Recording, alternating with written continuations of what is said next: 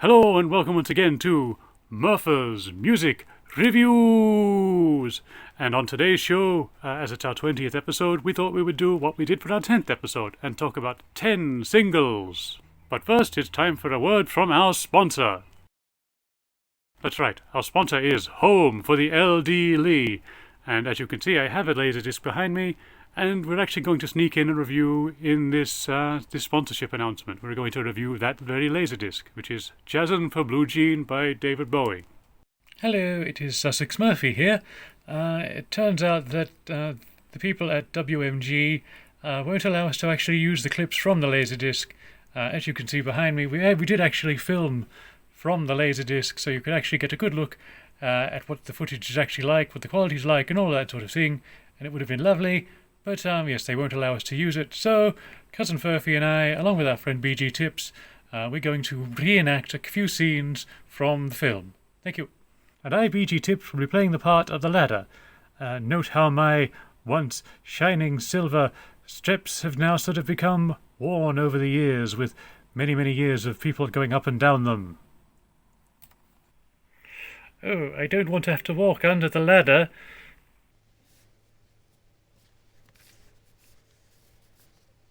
There you go. Oh, thank you very much. But his chivalry was not to go unpunished, and so he would fall off the ladder. Now, Jazzin' for Blue Jean is a short film that Bowie made to promote his single Blue Jean. Now, in this scene, they're in the pub, and my character has turned on the laser juke thing and is actually playing a Bowie video, and now they're sitting at a table. So, yes, Vic, which is Bowie's character, or Furphy's character, he sits down with the girl who he just helped get past the ladder. And IPG Tips will be playing the part of the table. Note how my legs stand firm and erect, and my head is covered in ugly ring marks from careless patrons. I'm not alone. Is he big? Yes, very big. Well, that's okay. He'll like me. Most people like me. Well, not straight away, but eventually once they get to know me. It's at this point that Vic, the character that Furphy is bringing to life here, notices the laser juke which is playing the video for Blue Jean. Do you like that man? I know that man. Him and me, we're like that. I actually write his lyrics for him.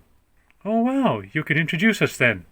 Now, I should specify that my character does not actually know Screaming Lord Byron, the pop star character, but we're going to say that I do, so that I can get the young lady's number.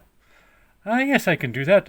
How about I arrange for us to have a meeting with him at his show this weekend? I forgot to get a piece of paper, but I write down my phone number and give it to Furphy, and then we make arrangements at a later date.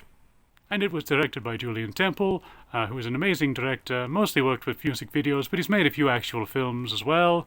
But I just love his music videos from the 80s. I think he's one of the greatest music video directors of all time. Did a lot of great stuff with Bowie, obviously, and the Kinks, and the Rolling Stones, and all kinds of people, really. But yeah, it's a great little comedy film where Bowie plays this character called Vic, who is a bit of a loser, and he wants to get in the pants of this girl, and she's obsessed with this pop star called Screaming Lord Byron. Now, obviously, Vic doesn't actually know Screaming Lord Byron, so the whole thing where at the start where he's up the ladder, he's putting up a poster of him. That's why he had the information. But yes, he doesn't actually know him, so he's going to try and weasel his way in to get past security and meet the man himself. In this situation, I'm playing the role of the bouncer. Furphy is going to continue playing Vic, and IBG Tips are not in this scene. I have just noticed that the bouncer is wearing a Malcolm X t-shirt. That's a nice t-shirt. I saw that tour in Berlin. I thought they hung it up on too much on the lighting and not so much on the rock and roll, you know, but yes, it was a good show. Can I get in? No. I'm actually, I'm with the band. Have you got a pass?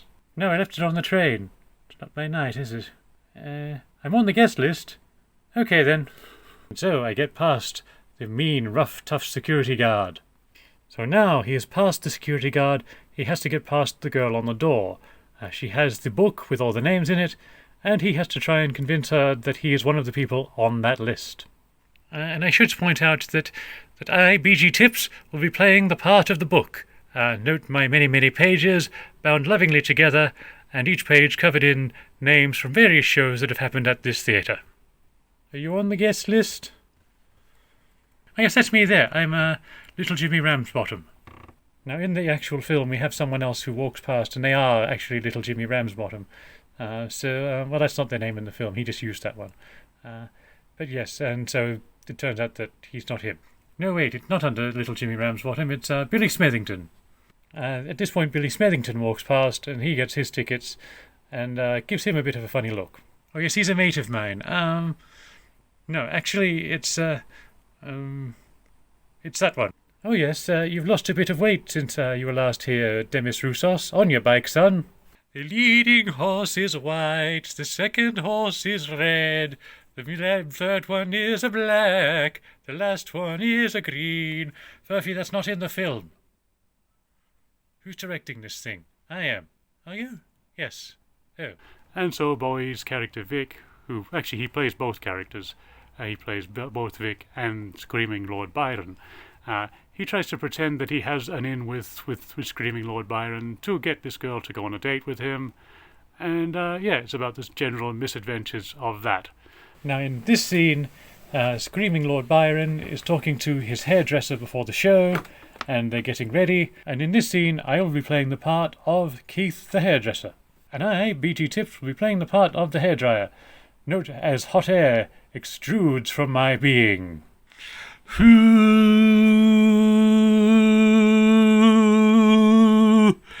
Good evening, Keith. You look well. Thank you, Mr. Screaming. How are you? I've got a teensy-weensy little headache. I don't suppose you could turn that thing off until I've finished passing out. Thank you. But, yeah, it is a great little film. Perhaps a little bit misogynistic if you look at it from that perspective. But it's also taking the piss out of the whole thing as well. And so, yeah, I don't know how you would really rate it on that level. But I would give it 4 out of 4 opposable thumbs up. Now, in this scene, Vic breaks into Screaming Lord Byron's dressing room. So what we're going to do here is Furphy will continue to play Screaming Lord Byron, and I will play Vic. And although you won't be able to see me as I'm up there, I, BG Tips, will be playing the part of the ceiling. Note how in my old age I've developed a bit of a leak. I'm in. Really hurt my head. Go away. Look, I've got this bird, and I need you to come up to me after the show and say, "Hello, Vic, how are you doing?" Hello, Vic. How are you doing? Great. Okay, I will see you out there, yes? Yes, good. Oh, I should also mention the bass player in Bowie's performance bit, or Screaming Lord Byron's performance bit, is one of the members of Right Said Fred. So as we said earlier, we're not actually allowed to play the clip, even though it was filmed off the screen, and it's not a particularly steady shot of it. The copyright Nazis still got all up in our face about it. So here's the shot where you can see the chappie that went on to be in Right Said Fred. So yes, Bowie as the Screaming Lord Byron character performs the song Blue Jean, and Vic meets up with the girl back on the date.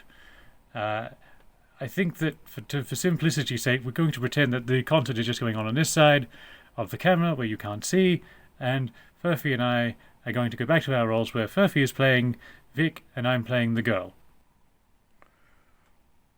BG Tips, we need another table. No, I'm not playing any more tables. Why not? Because I've already played a table once in this thing, and Mummy will think I'm being typecast.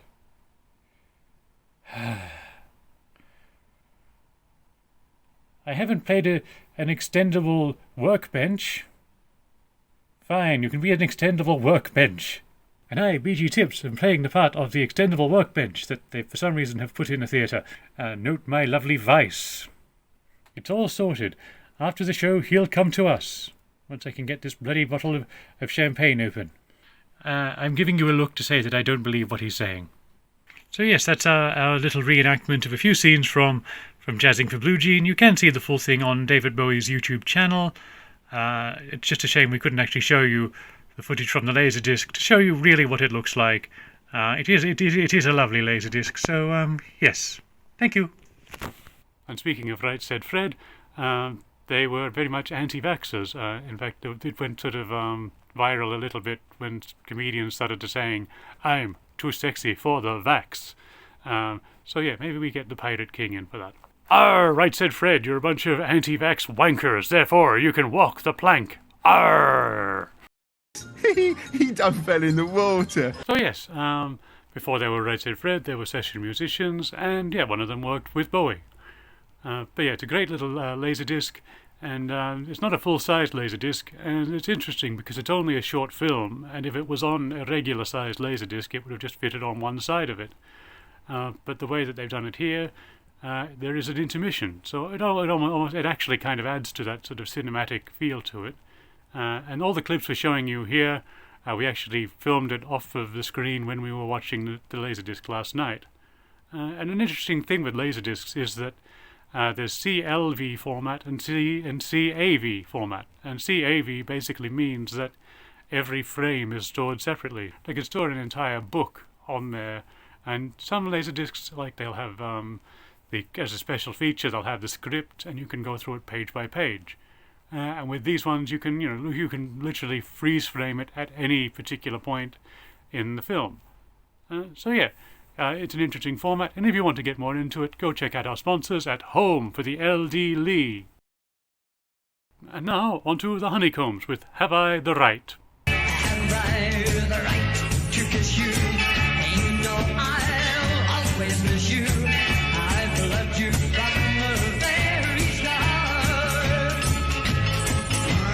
Come right back, I just can't bear it. I got you love and I love to share it. Come right back, I'll show my love is strong. Oh yeah. Now, the Honeycombs got their name because their drummer, Honey Lantry, was a salon assistant, actually working for the rhythm guitar player, Martin Murray. And so yeah, a lot of her job involved combing, so Honeycombs. Have I the right to touch you? If I could, you'd see how much you send those shivers running down my spine. Ooh, have I the right to thrill you? You know I'm waiting till you give me the right to make you mine. The rest of the band was Dennis DL on vocals, Alan Ward on lead guitar, and John Lantry on the bass. They were rather unusual having a female drummer. This was not unheard of, but it was certainly unusual in the early 60s.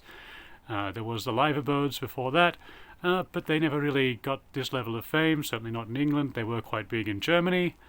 But yeah, this was a huge hit, and unfortunately they didn't really follow it up with much. But this is a great song, and I'm giving it the 4 out of 4 opposable thumbs up. Their producer was Joe Meek, who is a very unique and interesting character in his own right. There's a film about him if you want to check that out. There's probably documentaries, there's probably books as well. Certainly a lot you can look into there. The sound in Have I the Right is enhanced by the members of the band stomping on the stairs of his apartment. He actually recorded all of his work in his apartment, which for the 1960s is well ahead of its time. It's certainly something that everybody can kind of do now. But having all those tape machines and all that in his small apartment building was quite unusual in the 60s.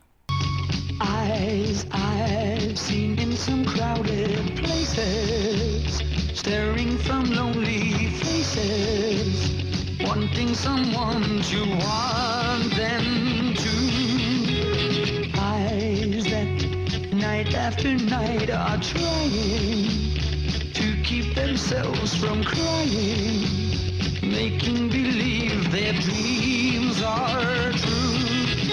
But eyes of someone who's in love,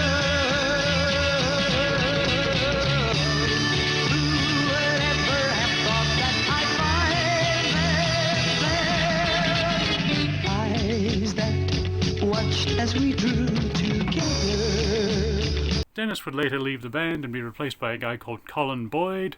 Then once the Honeycombs broke up, he formed his own band called Honeybus.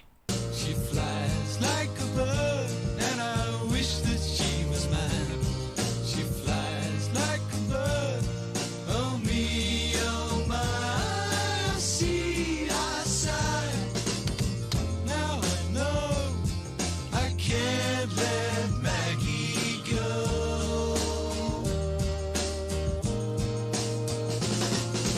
Now, the Honeycombs would reunite in the 90s, initially for a tribute show for Joe Meek.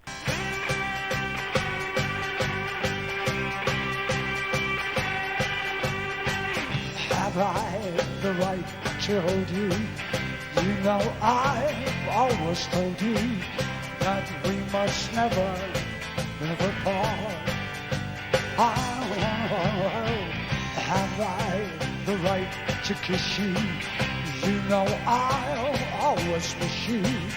I've loved you from the very start. Oh, shut up now! But they would also just go on tour, and eventually they did record some new material in the form of a cover of the Wings song Live and Let Die. Used to say, live and let live. You know you need to know you need to know you need. If this ever-changing world in which we live in makes you give it a try, live and let die.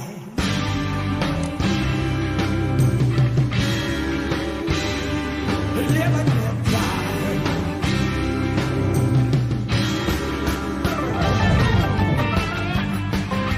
So yeah, great band. They only had the one huge hit, and their other stuff I'd say it's okay. It's just more of the same for the most part. But you know, the amazing band, and Honey was an amazing drummer that certainly deserves more respect than she gets. Now, another artist produced by Joe Meek was a rather eccentric character called David Sutch, or as he was better known, Screaming Lord Sutch. And if you'll remember from the review hidden in the sponsorship announcement, Bowie was playing a character called Screaming Lord Byron, and that was actually a reference to Screaming Lord Sutch, who was also well ahead of his time. Screaming Lord Sutch was arguably the first shock rocker. He was heavily inspired by the bluesman Screamin' Jay Hawkins. I put a spell on you.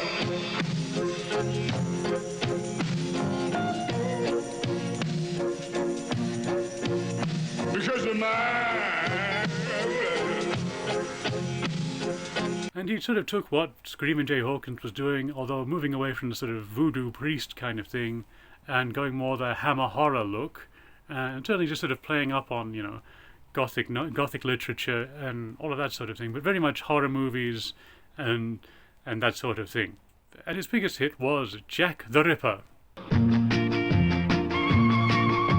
Ripper, Jack the Ripper. There's a man walks the streets of London late at night. The Ripper, Jack the Ripper. With a little black bag that's oh so tight. The Ripper, Jack the Ripper. He's got a big black cloak hanging down his The back. Ripper, Jack the Ripper. Well, that's a one big cat that just hate to fight. The Ripper, Jack the Ripper. Well, he walked down the street, yeah, the girl he met says, your name is Blau. Jack the Ripper. He had quite an interesting backing band called the Savages. They weren't really set in stone actually who was in the band, and it would rotate throughout their career. At various points it would feature Nicky Hopkins, Ritchie Blackmore, Noel Redding, Jeff Beck, Keith Moon, and Carlo Little.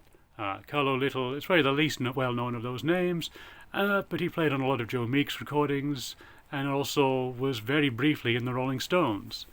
He was also Keith Moon's drum teacher. Now, you turned down the chance of being one of the Rolling Stones, is that right? Yeah, I was playing with a professional band on the road, and a group of young guys used to come along and see us, ask questions, how do you do this, how do you do that, Were they any getting good? ideas. Did they know Just a anything about semi-professional band, you know, just kids just starting. They happened to be the Rolling Stones. They said, can you help us out with some gigs? We haven't got a drummer. I said, yeah, okay. So I've done a string of gigs with them on the road for a little while.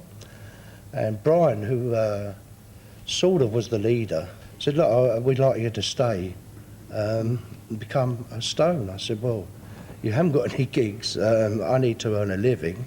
I don't think I'll be able to do it. I think I'll just go back to the band I was with, which happened to be Screaming Lord Sutch and the Savages. at the Screaming time. Lord Sutch, who is Right, here. yeah. He chose you, Yes. your lordship. Are you pleased about this? Oh, yes, because he was the best drummer in the whole of London, if not Great Britain. He was incredible drummer. How do you Way feel above- he made the right decision?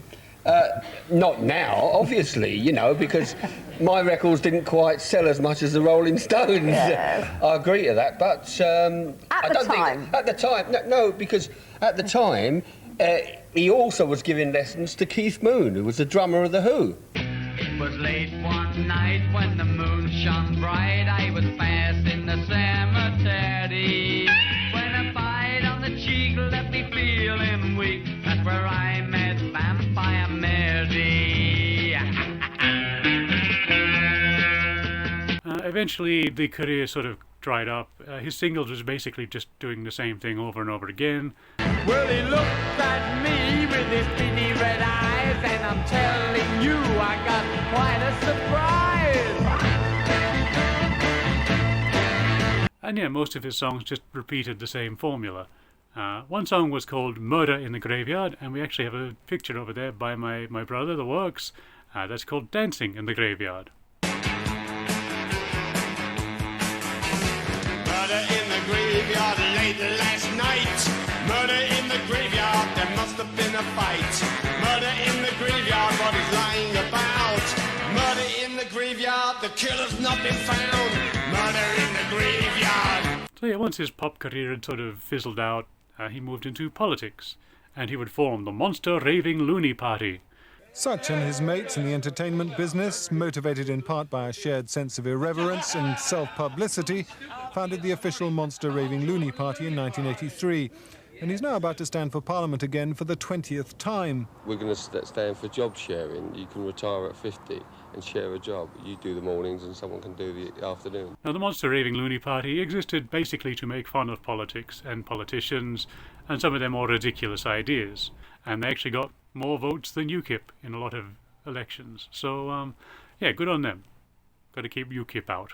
So yes, Screaming Lord Sutch was an incredibly eccentric and interesting character. His rest of his career, it's okay, but nothing as good as Jack the Ripper, which I'm going to give the 4 out of 4 opposable thumbs up. One little piggy went to London. Yeah. One piggy went to Liverpool. Yeah. But this little pig is coming over your house. It's gonna rock you all night long. 'Cause I'm a hoping, baby. I can't get enough of your love. When I go to sleep at night, that's the only thing I dream of. Now, you may remember I mentioned Ritchie Blackmore in there. After his session days, he would join Deep Purple, and eventually he would leave Deep Purple to form his own band, Rainbow.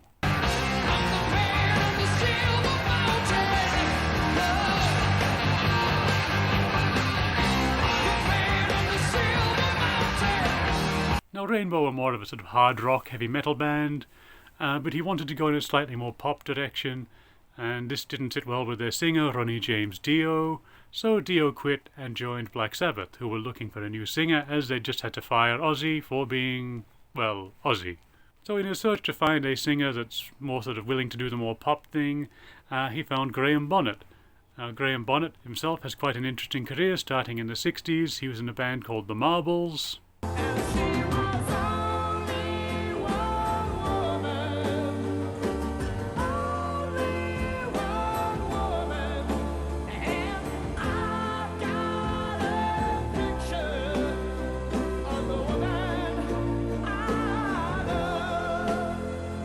And then he would have a solo career. He had a hit song called Warm Ride, written by B.G. Barry Gibb. I know you need me, there can be no doubt. You got me held inside your love, and I can't get out. We must surrender to the powers that be. The angel in you and the devil in me. Warm ride. And a cover of Bob Dylan's It's All Over Now, Baby Blue. The carpet too is moving under you, and it's all over now, baby, baby blue. Now, Graham's background was much more soul and pop orientated, and he didn't really listen to heavy metal or hard rock, so he really didn't know anything about Rainbow or Deep Purple or anything like that. So he had to go out, buy the albums, and just sort of learn the music. And it meant that he came at it from a slightly different angle. They made an album together called Down to Earth, But we're not talking about the album, we're only talking about the single, Since You've Been Gone. I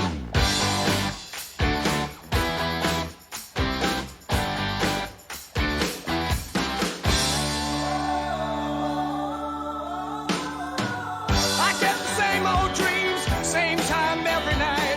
Fall to the ground and I wake up. So I get out of bed, put on my shoes, and in my head, thoughts right back to the breakup. These four walls are closing in.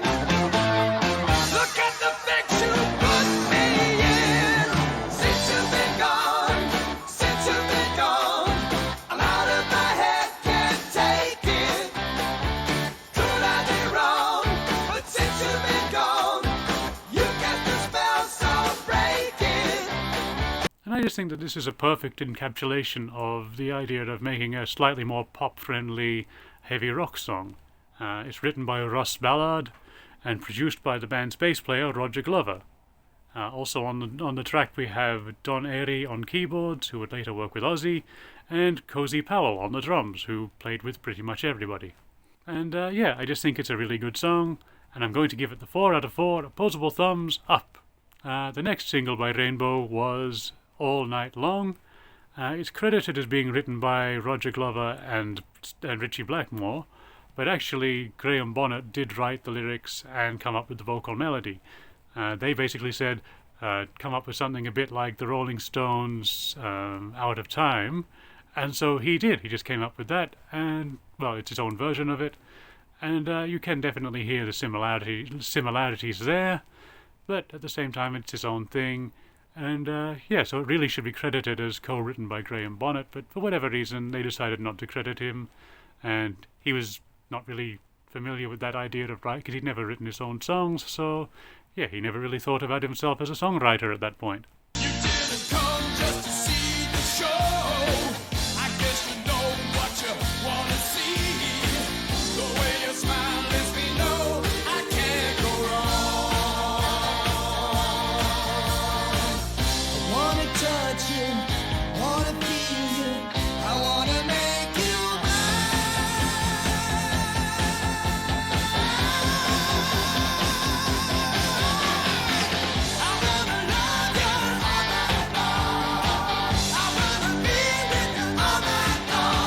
At the end of the tour, Graham and Cozy would leave the band, Cozy would go and join up with Dio in Black Sabbath, and Graham would form a band called Alcatraz.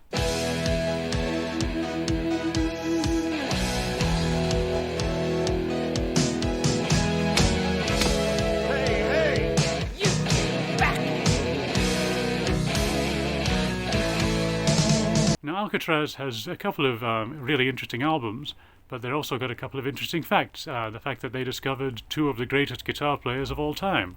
Their first album featured the guitar work of Yngwie Malmsteen.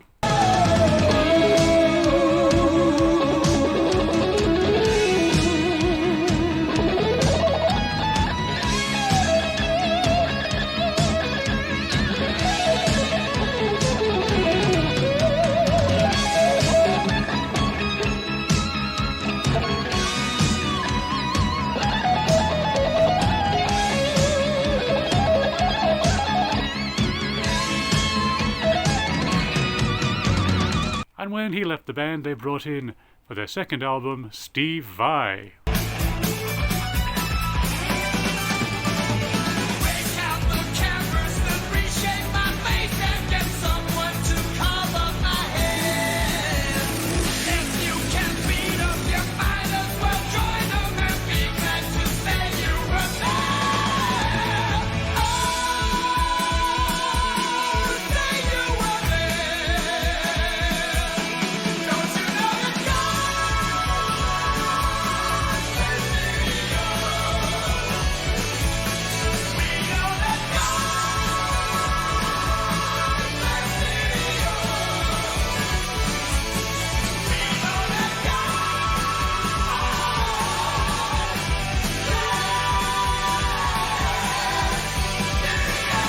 Alcatraz are a great band.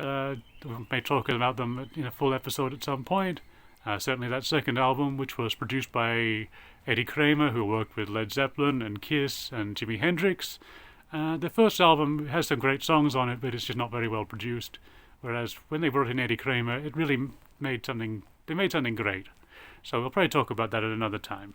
As for Rainbow, they would keep going more into the pop direction with their new singer Joey Lynn Turner.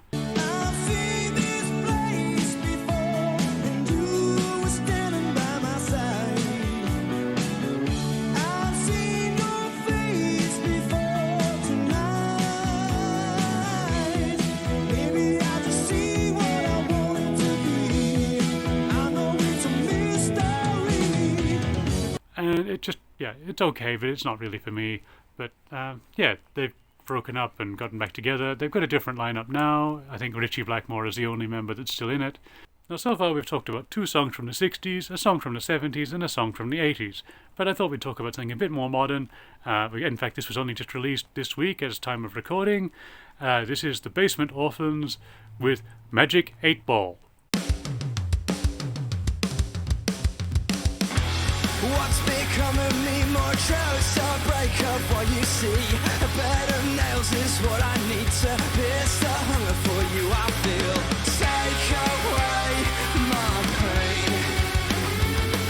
Forgive me for what I say.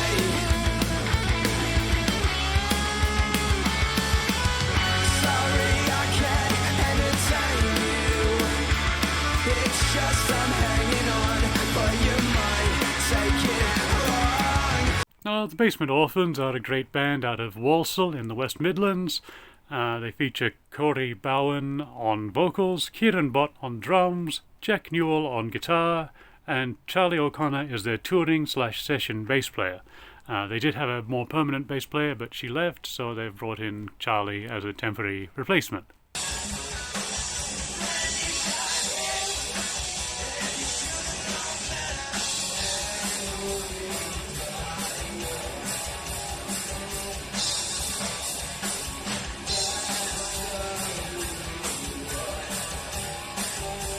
They sort of combine 80s metal with sort of grungy sort of stuff, sort of more Nirvana-inspired, more Soundgarden-inspired type stuff, with also a very much more gothic feel. So if you can imagine those 3 things together, plus more sort of your extreme metal sort of influences in there as well. Corey can go from singing like he does on this song to really screaming, sort of like a Corey Taylor type person. So, he's got a great voice. Kieran is also a great drummer. I'd say he's probably the Dave Grohl of the next generation. So, definitely very Dave Grohl, Taylor Hawkins style drummer.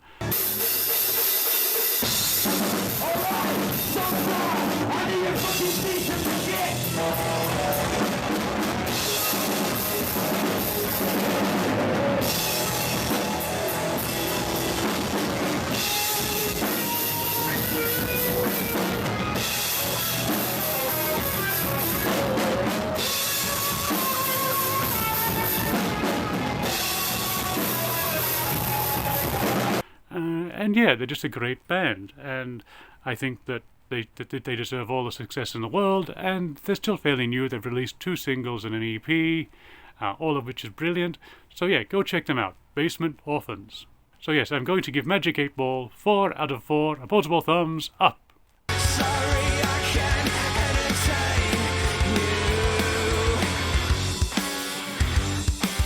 Now, Kieran Bott from the Basement Orphans is studying for a PhD, and someone who is already a doctor, although he didn't have to study for it, it's an honorary one, is Dr. John Cooper Clarke, the Bard of Salford.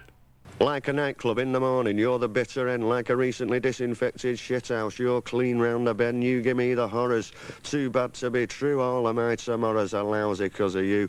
You put the shat in shatter, you put the pain in Spain. Your germs are splattered about, your face is just a stain. You're certainly no raver, commonly known as a drag. Do us all a favour, here, wear this polythene bag. You're like a dose of scabies, I've got you under my skin. You make life a fairy tale, grim. Now, John Cooper Clarke is mostly known as a poet, but he has released a few albums and a few singles over the years where he has a backing band. And actually something I would like to mention is that when I first heard the Arctic Monkeys, I thought, has John Cooper Clarke formed a band? Because the singing style on that kind of reminded me of him. So let's just have a quick clip of them. Stop making the eyes at me, I'll stop making the eyes at you. And what it is that surprises me is that I don't really want you to. And your shoulders are frozen. Oh, but you're an explosion. Your name isn't real, but I don't care for sound. Imagine the fuse might result in a bang for the bango. I bet that you look good on the dance floor. I don't know if you're looking for romance, or I don't know what you're looking for. And actually, they must be influenced by him, as they have done a version of one of his songs. So, yeah, we'll play that clip too. I wanna be your vacuum cleaner, breathing in your dust. I wanna be your Ford Cortina, I will never rust. If you like your coffee hot, let me be your coffee pot. You call the shots, babe. I just wanna be your.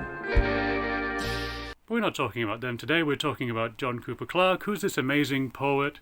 Does a lot of political stuff, also some very comedic stuff. And yeah, I just think he's great. But with the main song we're going to talk about today, I actually thought this was a single because it's kind of one of his signature songs.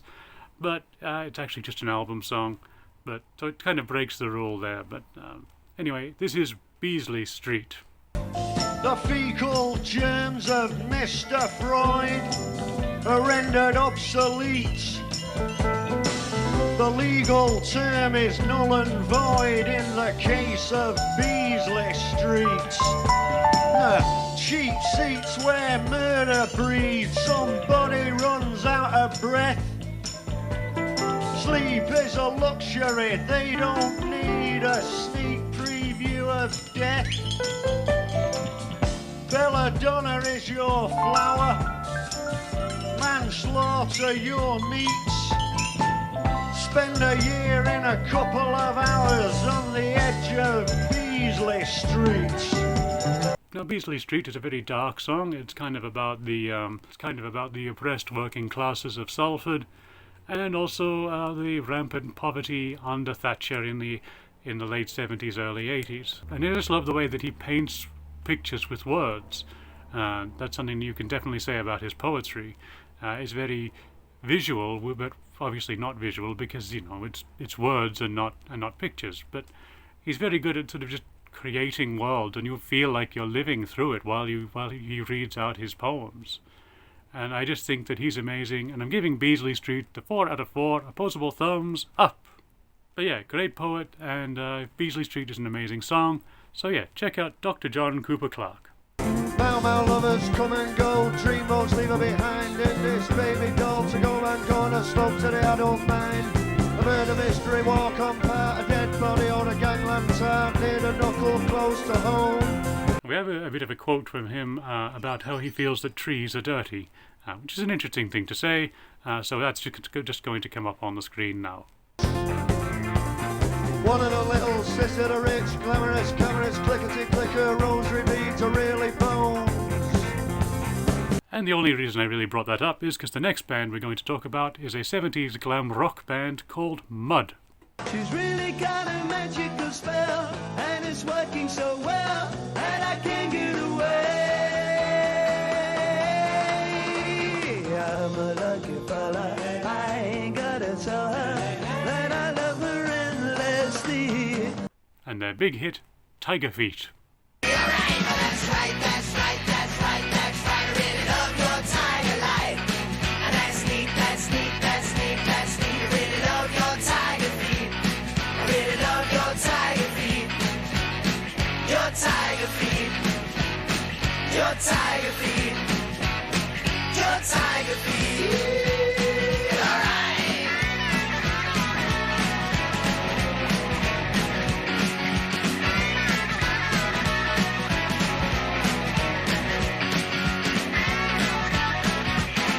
Now, Mud was made up of Les Gray, who is no relation to my friend Simiana, although she did have an uncle called Les.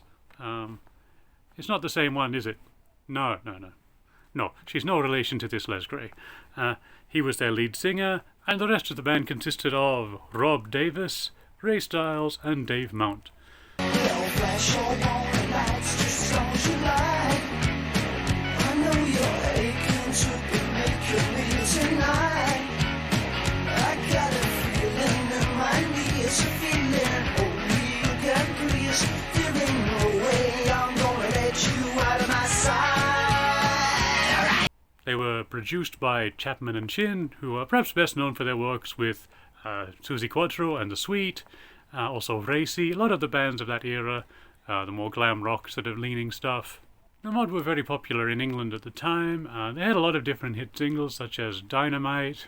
There was a flash in the sky, a light in her eye, and the dynamite light burned on. As the music went on and on and on and on and on, on and on and on and on. And she laughed, looking like dynamite. Said, now come along, boogaloo through the night. By the way, she's moving well, dynamite. My singer, with all she's got. Rocket. Come on now, rocket. I'm gonna launch you soon. Come on now, rocket. You're gonna reach the moon. You're gonna take off soon. You're gonna reach the moon. You know your time will come. I'll give you 3, 2, 1 now, rocket. I'm gonna launch you soon.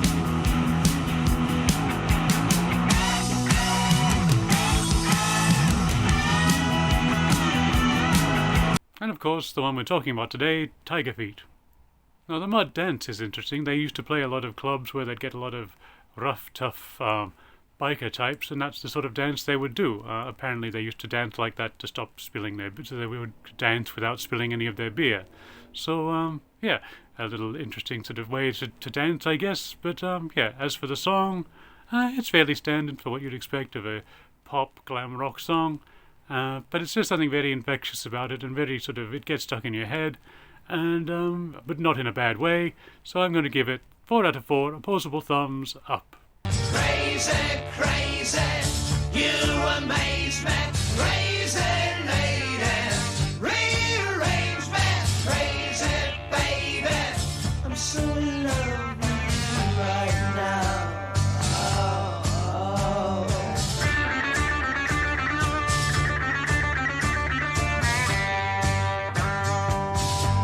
Now, glam rock started to go out of fashion, so they would try and reinvent themselves a few times. It'll be lonely this Christmas without you to hold. It'll be lonely this Christmas, lonely and cold. It'll be cold, so cold without you to hold.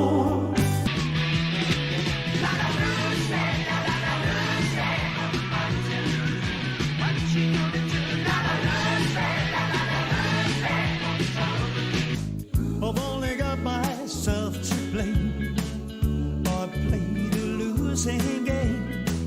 I lie awake and I call your name. Our love is just a picture in a broken frame. Tonight on the Zions. Night on the Zions.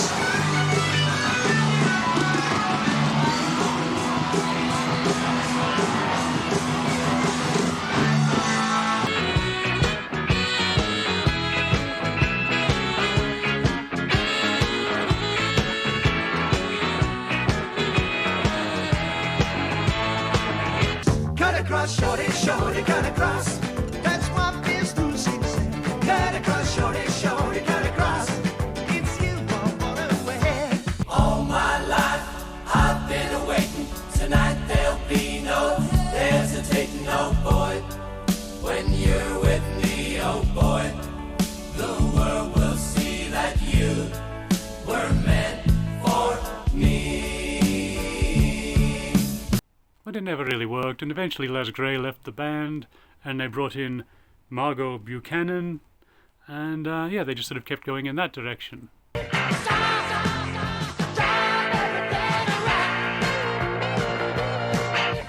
Jimmy was a winner back in his own town.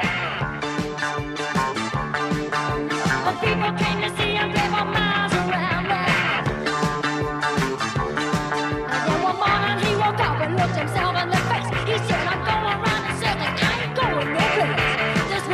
He likes his spin way out of hand. I've had about as much of it as I can stand. Stop, stop everything around. Yeah, stop everything around. But again, it just didn't really work. Les Gray would eventually form his own band called Les Gray's Mud, where that he would just sort of play the oldies circuit and things like that. I cannot be too serious about it. It isn't a serious life to me. And the business is definitely not serious, you know. I mean, it's like make people laugh, make people smile, let them go home happy. Dynamite, come along, through the night. By the way she's moving, well, dynamite. And she died with all she's got. The guitar player, Rob Davis, would go on to become a songwriter and has worked a lot with Kylie Minogue. So the more annoying songs, some of Kylie Minogue's most annoying songs, you have him to thank for them. But yeah, Mud, the original lineup, what a great band. Don't get talked about enough, so I thought they were worth covering here. And another band that you don't really hear talked about enough is Sleeper, and today we're going to talk about their song, Vegas. He lives on his own, the TV's unknown. He watches old movies. He lives in a flat, the linos are crap, but he's got plans. Bingo, he sings like Sinatra with more feel, plays with his pocket roulette wheel all day. No one stopped him. He got away, waited all this time, all this scratching around in one place, made it just in time. All this talk about love, he's just so loaded. He's just so loaded down.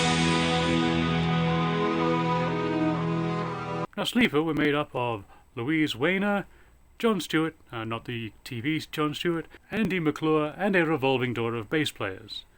And when they started to get together, they described themselves as being inspired by the Pixies and the Partridge Family. He gets on a plane, he changes his name, he flies up to Las Vegas. He saved up for years, he cashed in his fears, he always had plans. Bingo, he packs up his white lounge lizard suit, plenty of hairspray and a big cigar, and no one stopped him. And they were just part of the whole Britpop scene. And yeah, good band that you don't really hear about enough. The song Vegas is about this lonely guy from England who decides to go to Las Vegas. And so he does. And it's just sort of a story about his building up the courage to go to Vegas. And yeah, it's well written the way that it is. And actually, Louise has gone on to become an author. So you can kind of see that in the way that she writes. It's very sort of storytelling rather than just sort of lyrics to a song. So I'm going to give Vegas 3 out of 4 opposable thumbs up. He's not a prince, he's not a king, she's not a work of art or anything. It makes no sense, another year. What kind of rate is that will get you here? It's nothing special, she's not too smart. He studies fashion, she studies art. I think I told you right from the start, you were just my in-between, just my in-between. You're such an in-betweener. They've also had a few other singles, and they've all been about the same level, all really great. They're a band, I must get one of their albums eventually, but so far I've only been able to find their singles. So, yeah, great band. It's never gonna be this good, so just let me in. How long till reason makes us small again? It feels just like we just got started. It's still you taking me under, time to be scared, then decide that we don't get where I saw that on the way down.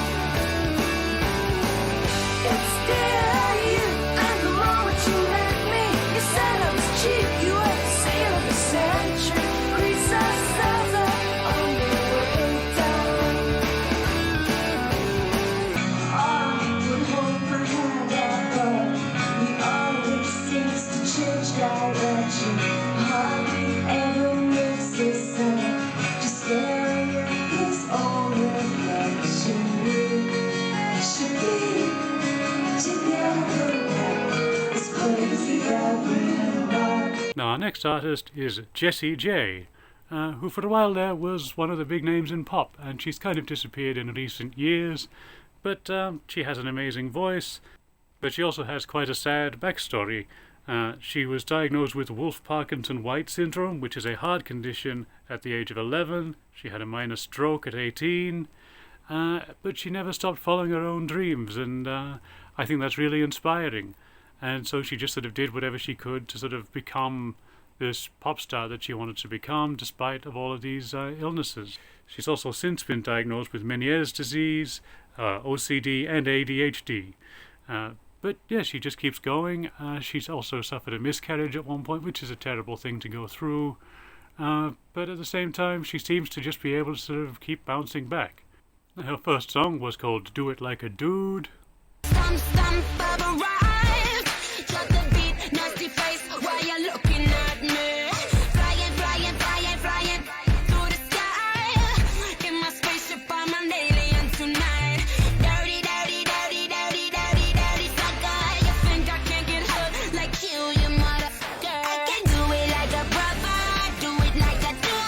And this is kind of a feminist anthem for the time. But the main song we're going to talk about is her second single, Price Tag. Seems like everybody's got a price. I wonder how they sleep at night. When the sale comes first and the truth comes second, just stop for a minute and smile. Why is everybody so serious? Acting so damn mysterious. Got shades on your eyes and your heels so high that you can't even have a good time. Everybody looks to their left. Everybody looks to their right. Can you feel that? Yeah, we're paying with love tonight. Now, you may have noticed from this show that I don't really pay much attention to pop music, but when this song came out, I just thought that that's a really well-constructed pop song, and she's got an amazing voice. Unfortunately, it was co-written by Dr. Luke, who is allegedly he's done nasty things with Kesha. Let's just put it that way. Maybe we get Pirate King in. Arr, Dr. Luke, you are a sexual predator, therefore you can walk the plank. Arr! He done fell in the water. Allegedly. We should put in allegedly, because with any of these things, even if there's video proof of it, you still have to say allegedly. It's like we saw something on the news a while ago about a stabbing, and they actually had footage of it actually happening, but they still had to say allegedly because they could get sued, so yeah, allegedly. But he probably did do it. It's not about the money, money, money. We don't need your money, money, money. We just wanna make the world dance. Forget about the price tag. Ain't about the cha-ching. Ain't about the bling. Wanna make the world dance. Forget about the price tag. The song also features the hippity-hoppity fellow known as B.O.B., who's a flat earther and a bit of a wanker, so maybe Pirate King. And it's within 30 seconds I'm leaving to Mars. Yeah, we leaving across these undefeatable odds. Arr, B.O.B., you think the earth is flat, therefore you also can walk the plank. Arr! He done fell in the water. But despite that, it is a great pop song, so we're going to give it 3 out of 4 opposable thumbs up. Jessie J would continue to record various different singles and albums over the years. Unfortunately, she did suffer from a lot of the production that sort of plagues a lot of modern pop music, so that she doesn't need auto-tune, but they'd use it anyway, and just things like that. But it just sucks. I really would wish to just hear her do songs as herself, with not having to worry about all of that auto-tuned bullshit. In fact, here's a clip of her singing one of her hits, Domino, with just her friends, recording direct into her microphone built into her laptop. And yeah, I think that it actually, although the audio quality is terrible, the performance is just that much better because it's just her raw voice. Now I'm breathing like I'm running 'cause you're taking me there. Don't you know? Hey, you spin me out of control. Sing it, hey. We can do this all night. Turn this love to skin tight. Baby, come on. Moving like the bass drum, locking up the rhythm. Baby, come on. Rock my world until the sunlight. Make this dream.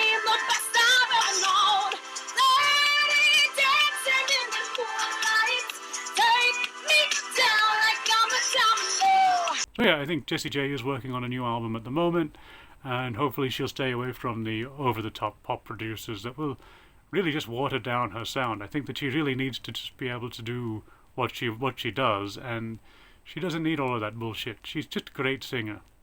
Another song of hers I really liked is called Thunder.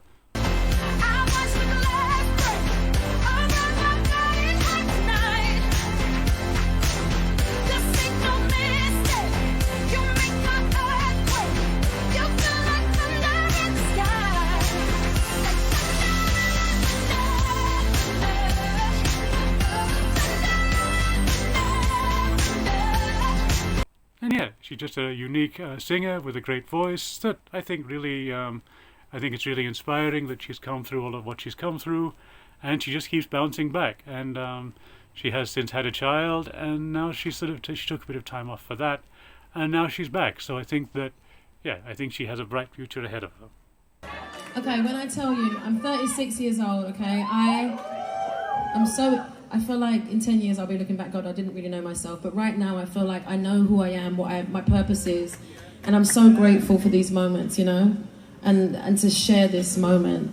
And I'm enjoying expressing myself again.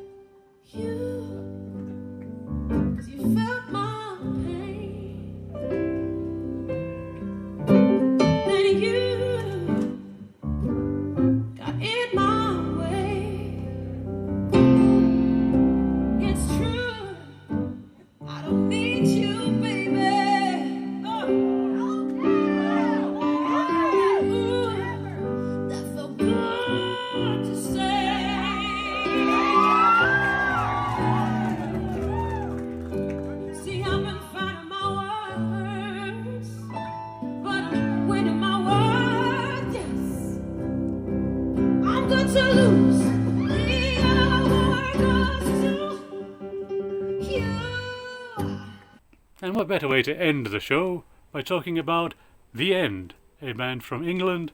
They started off called The Innocents.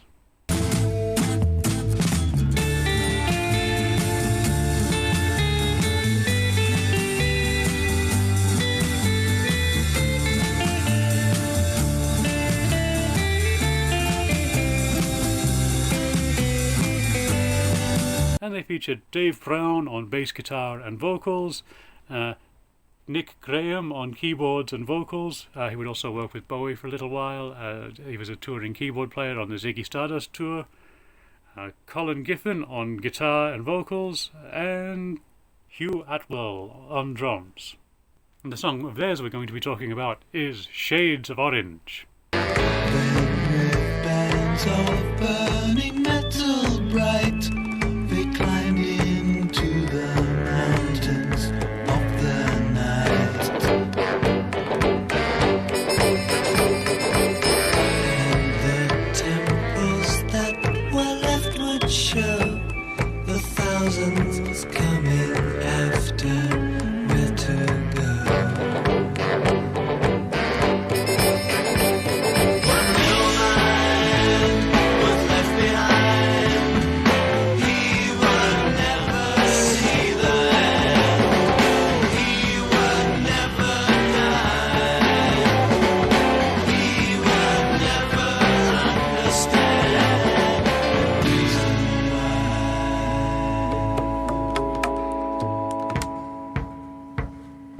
And this is a song I first heard on a bootleg. It actually claimed it was the Rolling Stones with members of the Beatles, with George Harrison on lead vocals. Obviously when you hear this version, the remastered version, it's clearly not him, but on this bootleg it was played slightly faster, and it was a really bad quality recording of it. So you could kind of be forgiven for thinking that it was real, but it certainly isn't. It is The End. They were from Manchester, and they made 3 albums, and their producer, they did actually have a Rolling Stones connection in the form of Bill Wyman, who was their manager and producer. Nicky Hopkins, who played with the Rolling Stones a lot, also appears on their recordings, as does Rolling Stones drummer Charlie Watts, who plays tabla on this particular song. And even though it was not what it claimed to be on that bootleg, I just think it's an amazing song, and so I'm going to give it 4 out of 4 opposable thumbs up. Now the sun shines down on him each day, and he just sits and passes time away.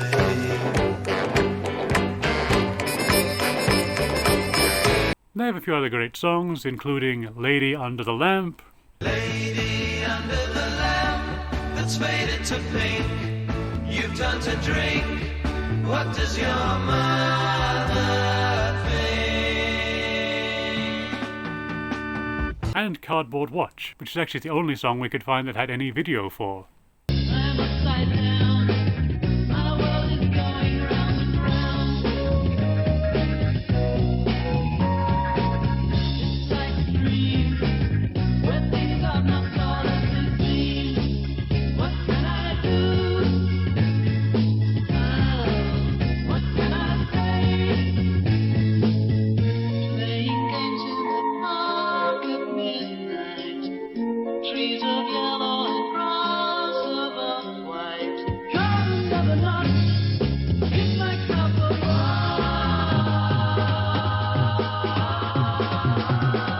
Colin Giffen would later leave the band and go solo. The long-necked giraffe looks down upon you and makes you feel you're part of a zoo. Your car is parked on a yellow line. You better move before you run out of time. And he still occasionally performed live today. Refracted sound is passed around.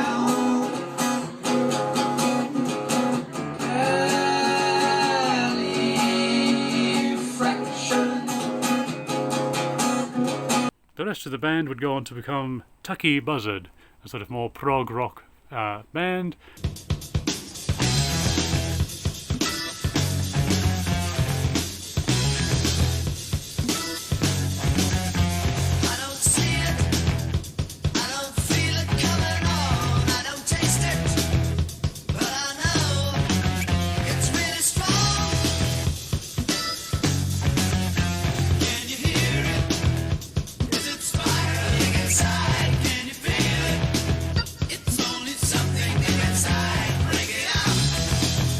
So anyway, that was this week's Murpher's Music Reviews. Don't forget, like, subscribe, check out TeePublic, check out Home for the LD Lee, and yeah, comment if you want to, maybe say something about, we've gone with vegetables the last 2 times, so maybe go with fruit. What is your favourite fruit? So yeah, thank you for watching.